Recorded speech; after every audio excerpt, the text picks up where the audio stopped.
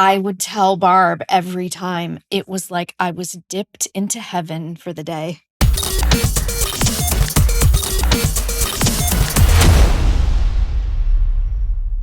Hey guys, welcome back to the Red Couch interview series. I'm very happy to have with me today Laura, Katie, and Eric from Beauty and the Dissonance. Guys, thanks for coming to the studio. Thanks for having us. Yeah, thank you. So, most interviews, I don't really know the person very well. It's usually the first conversation I'm having with them, but I want to be upfront and say, Laura, Katie, you and I have known each other for a very long time. We worked together maybe 15 years ago, but for a lot of years. As life happens, we disconnected over time and, things happen. But the miracle of social media, I started seeing you pop up. I was seeing you doing music. And I was like, this is great. I see you working with Dan Mausch at SoundMind. And I'm like, okay, Dan is incredible. I'm like, what do you have going on? And then I see Barb Morrison in the mix, platinum record producer. I'm like, okay, I got to talk to Katie. There's something. Then I see you're in Abbey Road. That's when I literally said to myself, what is going on with Katie? I have to reach out to you. Coincidentally, that same week, I had just done a Red Couch interview and you reached out to me and said, hey, we'd love to do this, with you in the studio. And I said, oh man, this is perfect. So we reconnected and actually we all went out. So Eric, I know you a little bit as well too. So this is not my first conversation with these two. But that said, I want you to tell me the story of how, because it's about reconnection, really, which is really cool, of how Beauty and the Dissonance started. What were the origins of the band, of the act? Yeah. It was a crazy reconnection. I was in the process of writing a book with Barb Morrison was my coach, my writing coach, who I'd met through a friend, my dearest friend of all time, Lisa Friday. And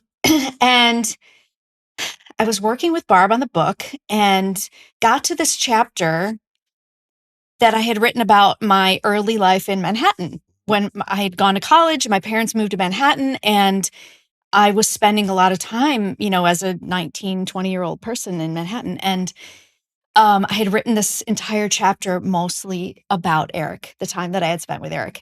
And we hadn't spoken in decades. Wow. We're only 25. I know. I worry when I say the decades part. I'm like, I'm okay. No, I got filters for that. We're good. And Barb was like, yeah, you should reach out to Eric and make sure that he's cool with this. Right. So he would have known if he read the book that it was about him. Yes. Okay. So that was good of Barb to say. It wouldn't have been a mystery to me. Right. Yeah. Even though, I was planning on changing names and things, it would have been very clear, obvious. And, a lot of it was he would come to pick me up at my parents' apartment in Manhattan. They loved that. I think my dad's words were, he has long hair and he lives at the wrong end of the day. But he would pick me up. Nothing has changed. Oh, and he would say, go have fun. Don't go to the East Village. And of course. Well, yeah. There we were on St. Mark's, which was a very different place back then. But we, had some really incredible memories from those days. And I wanted to write about them. So reached out to Eric and said, hi, it's been a really long time. I wrote this chapter. It's so, tells our story from those days. Is this cool? And he was so kind about writing back and saying, this is what I remember. A couple of details were incorrect, which I knew was probably the case. So you had sent him like a copy of okay, gotcha. Yeah, I sent him the chapter. So we got to reminisce over all of that. And then we spent hours catching ourselves up on each other's lives. Right. And, a lot has happened in the decades since we have spoken. So we started just telling each other everything that happened in our lives. And Eric was like, wow, these sound like songs. That is such a monumental jump, though, to go from reading a text copy of a book we're catching up on our lives to the music jump. That is like, it's. So, my alter ego, like, everyone had part of what I do is, I do a lot of talking for a living. I'll just leave it that way. So I asked a lot of questions that were kind of probably probing and not, they were not meant to end conversations. I was asking like leading questions like, how do you feel about that? Or what did this do? And every once in a while, there would be these snippets that it's kind of like a guitar riff, right? Like when you hear it, you just know, like, oh, well, that belongs in music. Like it's musical. There was a cadence to our conversation that I would hear something to say, that should be sung. Like this is something that we could develop into a song. Right. And it felt like if we're writing a book, if you're writing a book, which is art, and it's personal and emotional, and hopefully if it's the type of book that you're writing, it would be cathartic. To me, that's what music is. Like I wouldn't journal about that. Like once I start journaling, I would turn that into a song. Right. And that was my process. So I thought, well, since we are reconnecting, why not share that opinion that we should turn this into music? Mm-hmm. Not every single chapter and every single word, but certain moments were just begging for melodies. Talked me into it. Right. I did. And so what was that transition from talking about it should be music to it's music? Was it here's a melody, here's lyrics, here's.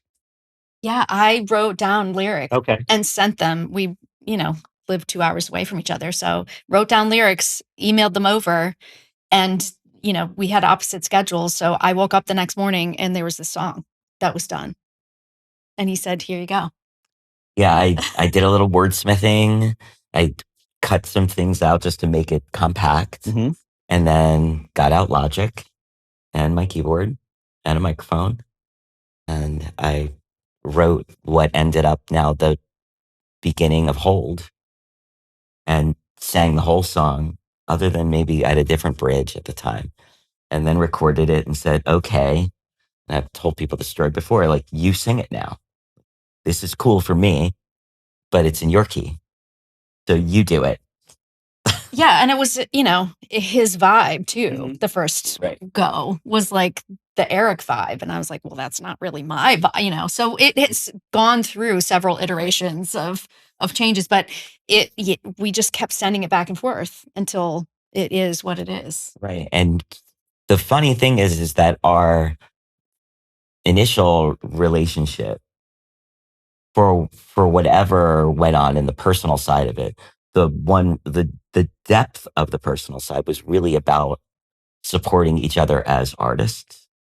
We really always pushed each other to be excellent as singers or performers in a very non-competitive and completely, like, we were almost like each other's life coach, so hearing music, even though I sang it in my voice, it was easy for me to years later go back to, no, sing it like you do, and then try to give direction, because we just knew each other that way, creatively, and nothing had changed. It was almost as if like there was a time jump. You just picked we off. were just right. We were just back into singing, and that was our comfort zone. Music was a common language, so we had this advantage of being able to be critical with each other without it being personal. Instead, it was critical to create and make things better. And somehow we just picked that thread up and it started working really quickly. So it was exciting. I was pretty shocked. Was it at that point, and if not, where did it occur that the book was like back burner and the music became? Yeah, once we kind of exchanged that song, and I got onto one of my Zoom calls with Barb, and Barb was like, "Wait, what?" And I said, "I think we're going to come to the studio and sing a few things for you because I think we need to go in this direction." And they were like, "Fantastic, cool, great!" Like, they're my biggest cheerleader. So, And was it Barb that said, "Hey, this needs to be an album. Like this is." Once we came, right? Once we went to the studio in Frenchtown and went through what we had done, and by that point it was 4 songs. We might have played. I don't know. Might have been the first 5 or almost done. Yeah. And we sat down, in Frenchtown, and Barb has this little MIDI keyboard that Eric was playing, and we're singing along in the living room. And Barb was like, okay, yeah, let's do it. Nice. Let's do it. Nice. Yeah. That's incredible. Yeah. I mean, that transition, that development from not talking to here's a book to here's the chapter, what do you think, to let's do some music, to now a full album. I mean, it's how many songs are on the album? 8. 8.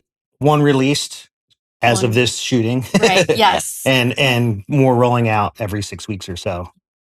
Excellent. So at some point, Beauty and the Dissonance, that name that came up. I'm sure you talked about, what are we going to call this thing? Yeah. What's the meaning behind the name? Well, and it came out of the chapter of the book. Okay. Based on our conversations over that chapter. But it was Eric's words. Right. It was how would I say it?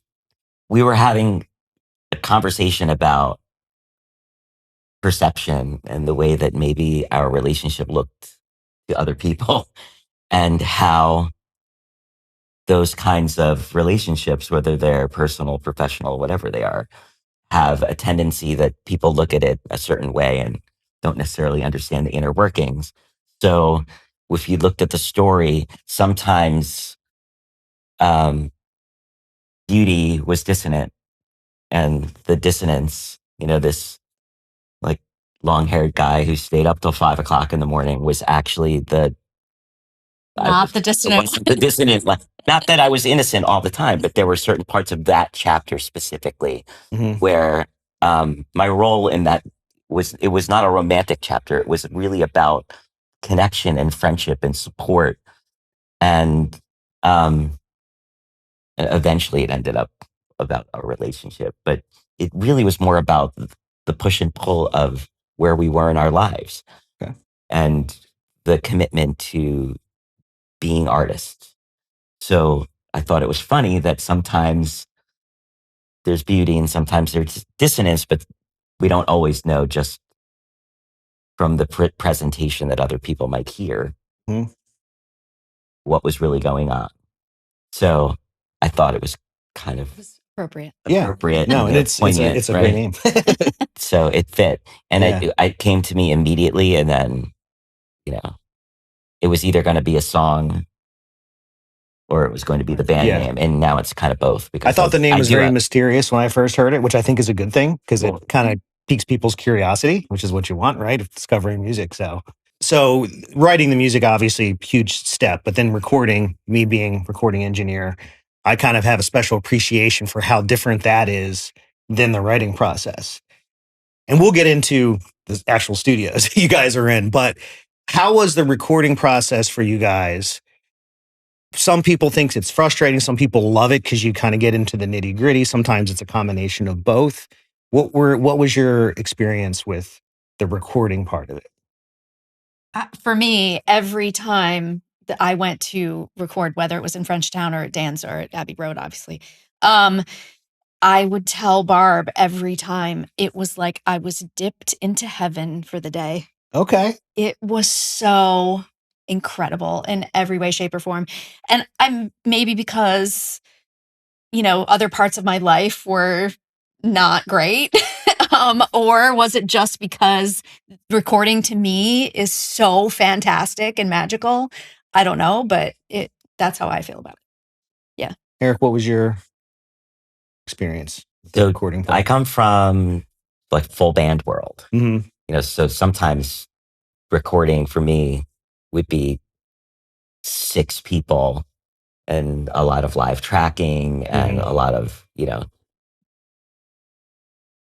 discussion and debate. Long days. Right. Yeah. Just getting rhythm tracks to where you want them. It was much more methodical. This experience was not that at all. It was more about trusting Barb as the producer and then being allowed to just sing and feel and then try things. So I want to voice this way. These are the chords I'm playing. We don't like that. Let's do new things. Let's just try and like sit and let it develop in its own way, which in studios, you don't always have that time. So we did so much pre-production between the two of us. So we knew the songs inside and out. Super important. So it was really easy for Barb to push the boundaries with us. Right. Because we understood where the boundaries were, right? Yeah. Like we knew what the song was. The framework was there. Right. You guys we knew were what we wanted to sing. We had the emotional content that we wanted. And then they pushed us to try and experiment and be open to the possibilities that things aren't going to be the way you expected. And I would say maybe one of the first 5 songs turned out the way that we went in and thought it was going to turn out. Okay. Maybe. And even that one, I would say. In a good way, you're saying. It just developed into something. It was like just this, dipped in heaven. Yeah, it was just so relaxing and creative. And that's the magic of a great producer. You know, I mean, Barb, I know their name. So when I saw that and I started looking up, I was like, I know the name. Let me look it up. And then I'm seeing all the things they worked on. And it's incredible.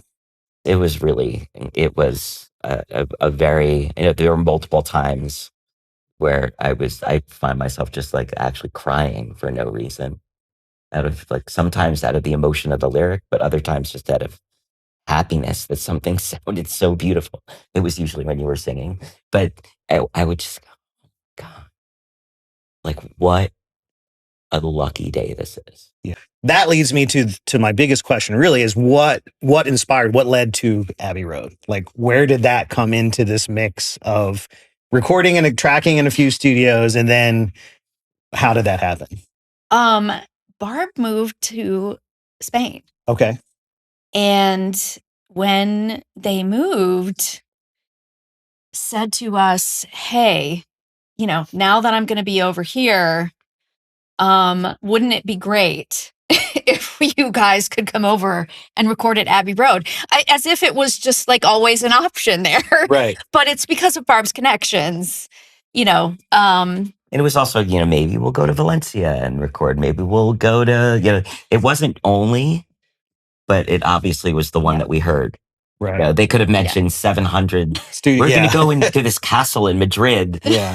It could have been, like the top of the mountains in Tibet, and all we would have been like Abbey Road. Yeah, exactly. Yeah. As soon as the words were spoken, it was like, oh, okay. Planning has begun. Right. How could we possibly say no? Right. They were going to be over there anyway, and it was just like a little puddle jumper for them to get from. And so, obviously, unbelievable history at that studio. What was like that had to be emotional just to be in the walls, be on the same floor, same microphones probably, or piano. Who knows? In some cases, like what was that experience like? I mean, makes me want to cry just thinking about it. Honestly, I can't believe. It blows my mind. It was absolutely amazing. Yeah, things like, oh yeah, this is where Dark Side of the Moon was recorded when you're starting to track vocals. Right.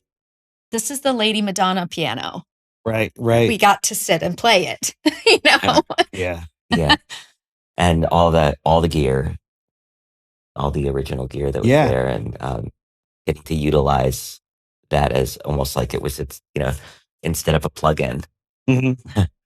You get there's no emulation. This is the real. Right, this is the companies go to Abbey Road. I mean, I have some of them, and they fire up the plate reverb that they have there, and some of their old compressors, and they model them to try and get them into people's hands. It's obviously not the real thing, but it's a thing. Yeah, this will be my little plug. So my child is in a band called Lead and does the production, mixing, and writing, and uses the Abbey Road presets. Right. Yep. All the time, mixing at home.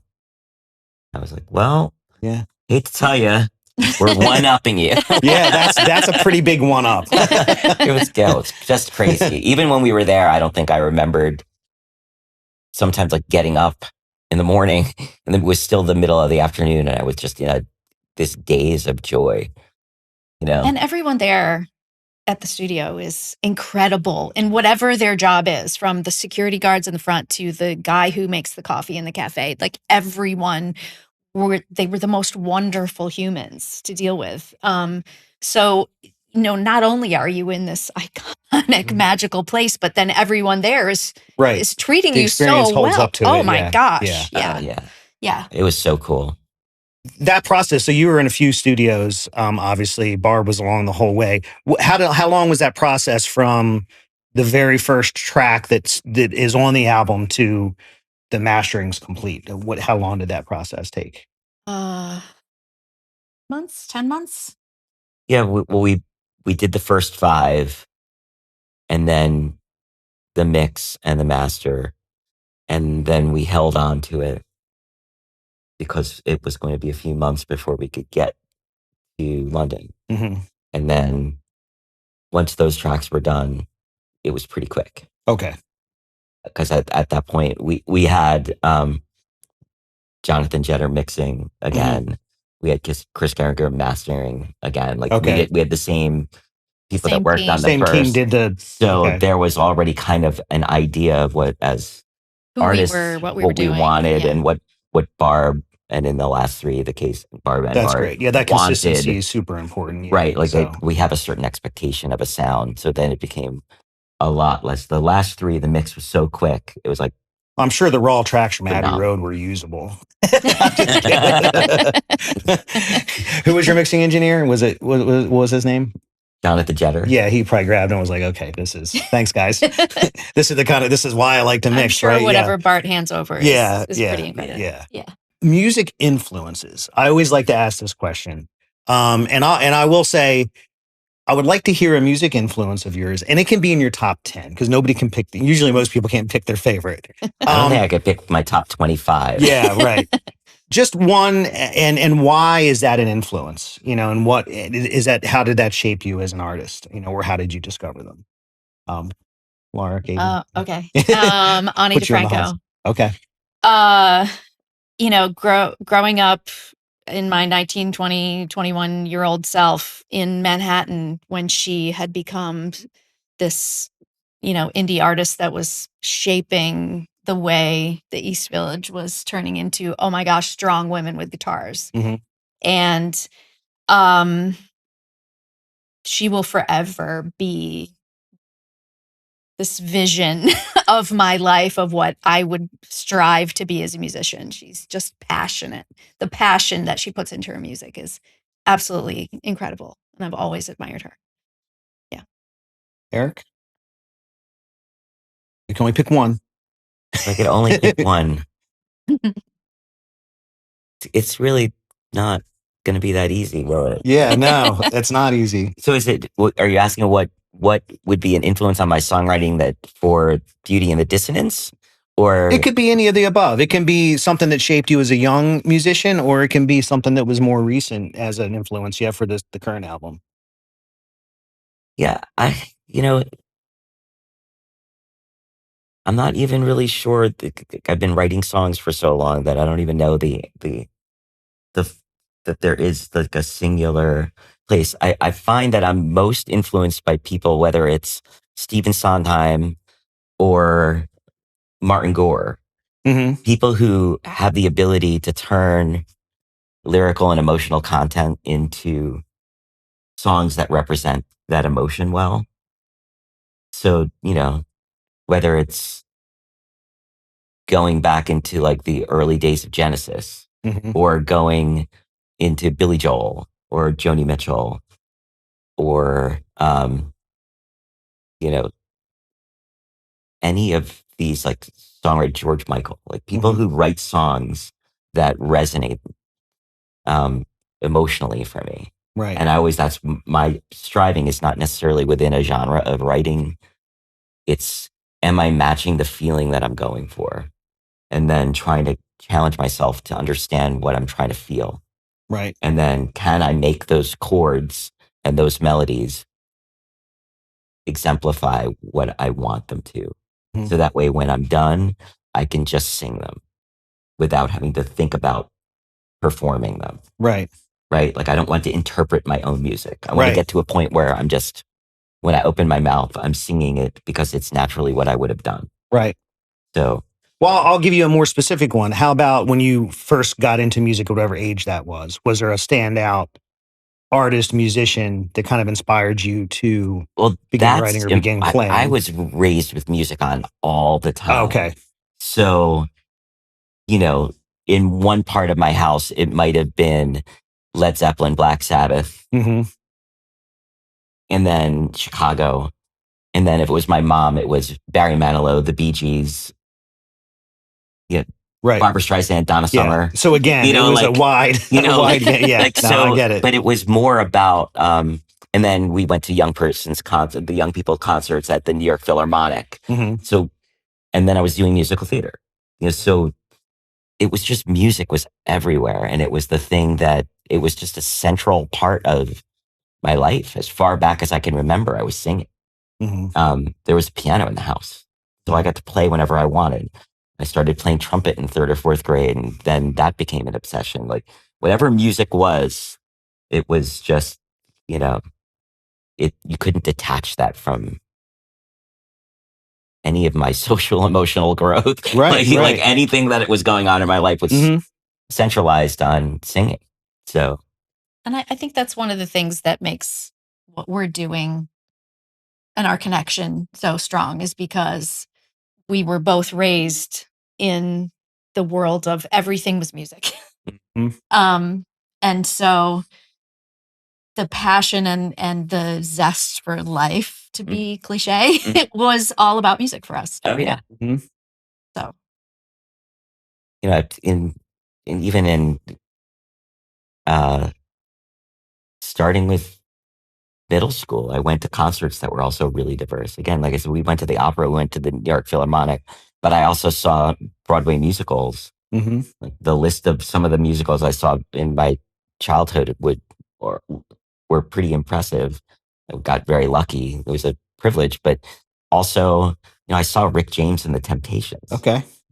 Right. Like, and I feel like there's got to be some metal shows in the mix there too. Oh, Iron Maiden with Judas Priest. Okay, there you go. I knew there was. You know what I mean? Like, yeah. So like, I think that was at the Capitol Theater in Passaic. Oh, that's unbelievable. So like, and then Depeche Mode. I saw Madonna. God, Billy Squier, the Bon Jovi era, like Skid Row, all of that stuff in Jersey. But we went out, like that's what we did. In New Jersey, there were all age rock clubs. I always loved going to live shows of any kind. Same experience here. I went to just about every genre, style, from TLA and Philly Trocadero, the smaller venues, to the larger. I started playing too. I mean, I was playing in bands by my freshman year of high school. Right. Because I grew up in a town that supported the arts. Mm-hmm. So it wasn't like you weren't really being much of a rebel by saying, I'm going to be in the band, the choir, and have a rock band. It was more of a challenge to be in a good one because there were going to be multiple, right? So that was what was fun. It was a really cool way to grow up. So I lived in the rock world, but I mean, still it was the connection, the musical theater connection that we're constantly told to consider in our presentation. Or modify. Can you touch on your early, because I know your history because I know you, but can we hear a little bit about your musical kind of journey early? Both my parents are musicians. Started singing publicly, by the age of 5 because we performed as a family. The United Way would have some kind of presentation, and the Clump family was going to be singing at it. And then my dad took over the musical theater department at the local high school. And so then I was in from 3rd grade on, was in every production that went on, if there were children in it. We had a summer troupe that went and performed all over town and everywhere else. And also very lucky, we didn't go on vacation anywhere except New York City. So that was, everybody else was going skiing or to the beach or whatever. Nope, we were on our way to New York City to see Broadway shows. So I grew up, and played the viola. Eric went to symphony concerts all the time and opera and everything else. So yeah, music was the total of my life. My sister and I used to joke, we didn't know how to do anything else. There was no choice for us because we didn't know how to do anything else. Right. So, went to school for musical theater, moved to Manhattan, started working in musical theater, and, ended up performing in some fantastic Broadway tours, and loved it. Absolutely loved it. And I think, to raise children, it's not the easiest way of life. So stopped doing it for that purpose. I missed it very much. Yeah. I wouldn't trade it. My kids are everything to me, but right. I missed being in the music scene for sure. Tell me a little bit more how people can find you, and like a little bit, kind of plug yourselves a little bit. Cause, I know you have YouTube and a website and social media. There's at least one video I've seen out, and you guys have a documentary. Tell us a little bit more about where to discover you. The best place is beautyindithedissonancemusic.com. Okay. That's our website, and you can get every link to everything else on there. Okay. But we have, like you said, videos on YouTube and Spotify, Apple Music, Amazon Music, TikTok, Facebook, Instagram. Yes. Nice. All of those. Pandora, Deezer, things like that. We're on all of those.